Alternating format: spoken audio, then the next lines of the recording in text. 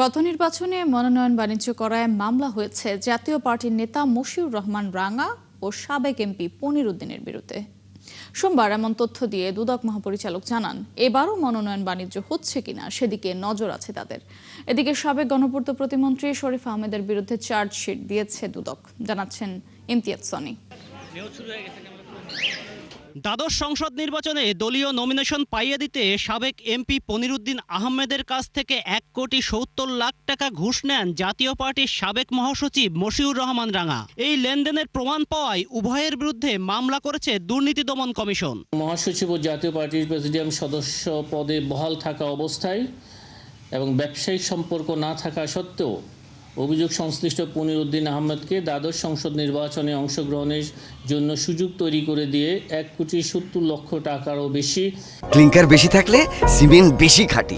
Anwar cement. ঘুষ গ্রহণ এবং প্রদান এবং উক্ত টাকা স্থানান্তর, রূপান্তর এবং হস্তান্তর করার অপরাধ অনুসন্ধানকালে প্রমাণিত হয়েছে। এই কারণে তাদের উভয়ের বিরুদ্ধে দণ্ডবিধির সংশ্লিষ্ট ধারা, দুর্নীতি প্রতিরোধ আইন 1947 এবং মানি লন্ডারিং প্রতিরোধ আইন 2012 এর সংশ্লিষ্ট ধারায় যে মামলা রুজুর সিদ্ধান্ত গৃহীত হয়েছে। এবারও এরকম মনোনয়ন বাণিজ্য হচ্ছে কিনা তা খতিয়ে দেখবে কমিশন। আমরা সুনির্দিষ্ট অভিযোগের ভিত্তিতে কাজ করে থাকি।